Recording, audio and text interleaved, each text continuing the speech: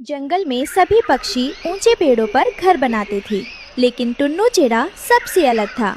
वो नदी के किनारे बांस के झुरमुट में अपना घर बुन रहा था। टुन्नू जी, मैं देखती हूँ कि आप बहुत मेहनत कर रहे हैं, लेकिन मेरा मन बहुत घबरा रहा है। हम हमेशा ऊंचे सुरक्षित पेड़ों पर घर बनाते आए हैं, लेकिन आप ये घर बिल्कुल नदी के किनारे इतना नीचे क्यों बना रहे हैं? अगर मॉनसून में नदी का पानी थोड़ा भी बढ़ गया तो हमारा पूरा घर और हमारे अनमोल अंडे सब डूब जाएंगे। हाँ, क्या हमें बाकी पक्षियों की तरह किसी ऊंचे मजबूत पेड़ पर ही नहीं चले जाना चाहिए? रानो, तुम चिंता मत करो।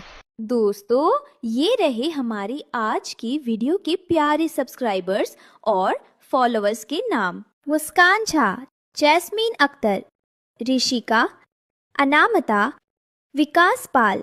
जो नहीं चुने गए, चिंता मत करो, अगली बार तुम भी बन सकते हो जंगल के सुपरस्टार। ये बांस खोखले हैं। मैंने घर को इनसे कसकर नहीं बांधा, बल्कि फंसाया है। अगर पानी आया तो ये घर डूबेगा नहीं, तैरेगा। ये हमारे बच्चों के लिए सबसे सुरक्षित जगह होगी। आसमान में काले बादल छा गए थे, हवा तेज चल रही थी। टुन्नू चोंच में कुछ नरम घास लेकर उड़ रहा था। टुन्नू अपने आने वाले बच्चों के लिए घर को और आरामदायक बनाना चाहता था। वो दूर जंगल से नरम घास लाने गया था, लेकिन मौसम अचानक बदल गया। बहुत तेज आंधी आने वाली है। मुझे जल्दी रानो के पास पहुंचना होगा। वो अकेली है। कुदरत का कहर टुन्नू पर टूट पड़ा। घर पहुंचने से पहले ही एक भारी टहनी ने टुन्नू को अपनी चपेट में ले लिया। रानो, अपना और अंडों का ख्याल रखना। मेरा तैरने वाला घर तुम्हें बचाएगा। टुन्नू की आंखें हमेशा के लिए बंद हो जाती हैं। रानो अपने 3 अंडों को पंखों से ढककर बैठी थी। बाहर बारिश शुरू हो चुकी थी। वो दरवाजे की तरफ देख रही थी। रानो पूरी रात टुन्नू का इंतजार करती रही, लेकिन टुन्नू नहीं आया। सुबह उसे जंगल की हवाओं ने बता दिया कि अब टुन्नू कभी वापस नहीं आएगा। टुन्नू जी, ये आपने क्या किया? इतनी जल्दी आप मुझे छोड़कर क्यों चले गए? मैं कैसे मानूं कि आप अब कभी वापस नहीं आएंगे? मेरा दिल टूट रहा है। अब मैं इन छोटे नाजुक बच्चों को अकेले कैसे पालूंगी? और इस भयंकर तूफान में मेरा कौन सहारा बनेगा? मैं अकेली बेसहारा पड़ गई हूँ और मुझे समझ नहीं आ रहा कि मैं क्या करूँ। अगले दिन बारिश हो रही थी। हरिया तोता और हरियाली तोती अपने घोंसले में डरे हुए बैठे थे। नीचे डाल पर बिल्लू बिल्ला बैठा है, जो बारिश से बचने के लिए पेड़ पर चढ़ा था। लगातार बारिश से जंगल में पानी भरने लगा।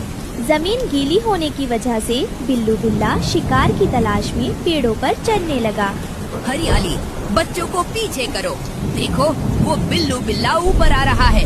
ये बहुत भूखा लग रहा है। हे भगवान, ये तो हमारे घोंसले की तरफ ही घूर रहा है। बचाओ, कोई बचाओ। म्याऊ। आज तो हरी मिर्च खाने वाले का ही नाश्ता करूंगा। बहुत भूख लगी है। बचाओ, बिल्ली, बचाओ। इससे पहले कि मिट्ठू तोता उड़ पाता, बिल्लू ने अपने पंजों से उसे दबोच लिया और उसे अपना शिकार बना लिया। हरिया तोता ये देखकर सहम गया। बिल्लू बिल्ला छलांग लगाकर दूसरे पेड़ पर जाता है।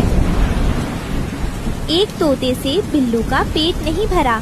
वो और शिकार ढूंढते हुए बबली कबूतरी के घोंसले तक पहुंच गया, जहां छोटे बच्चे थे। बिल्लू भैया, रुक जाइए। आप तो हमारे मामा लगते हैं। मेरे इन मासूम बच्चों को मत खाइए। इन्होंने अभी दुनिया भी नहीं देखी है। मैं आपके आगे हाथ जोड़ती हूँ। म्याऊ। पेट की भूख रिश्तेदारी नहीं देखती बबली। मुझे तो आज नरम नरम मांस खाना है। नहीं, मेरे बच्चे, कोई तो मदद करो। मेरे बच्चों को छोड़ दो। बबली की ममता रोती रह गई और निर्दयी बिल्लू ने उसके बच्चों को अपना निवाला बना लिया। म्याऊ। बहुत दिनों बाद ऐसी दावत मिली है। बारिश ने मेरा काम आसान कर दिया। अब किसकी बारी है? बारिश रुकने का नाम नहीं ले रही थी। नदी का पानी जंगल में घुसने लगा, लेकिन तभी एक चमत्कार हुआ। टुन्नू की मेहनत रंग लाई। अरे, ये तो अविश्वसनीय है। पानी तो घर के अंदर आया ही नहीं। एक बूंद भी नहीं, बल्कि मेरा घर तो पानी के बढ़ते स्तर के साथ साथ बिल्कुल आराम से ऊपर उठ रहा है, जैसे कोई नाव हो। टुन्नू जी, आप सच कहते थे। आपकी बुद्धिमानी ने हमें डूबने से बचा लिया। ये जगह सचमुच हमारे बच्चों के लिए सबसे सुरक्षित है। कालू कौवा और गोरी कौवी सबसे ऊंचे पेड़ पर बैठे नीचे देख रहे थे। उन्हें रानो का घर पानी में तैरता हुआ दिखता है। कालू और गोरी सुरक्षित थे, लेकिन उनकी नजर रानो पर थी। कालू जी, देखिए, रानो का घर तो नाव की तरह पानी पर तैर रहा है। लेकिन वो देखिए, बिल्लू बिल्ला एक बहते हुए तने के सहारे रानो के घर की तरफ जा रहा है। रानो अकेली है और उसके पास अंडे हैं। हमें उसकी मदद करनी होगी गोरी, चलो जल्दी। बिल्लू बिल्ला रानो के तैरते घर को देखकर ललचा गया। उसे लगा रानो का शिकार करना सबसे आसान है। म्याऊ, रानो, तेरे पति ने क्या बढ़िया नाव बनाई है। दरवाजा खोल, मुझे भूख लगी है। मैं तेरे अंडे खाऊंगा। खबरदार, मेरे बच्चों के पास मत आना।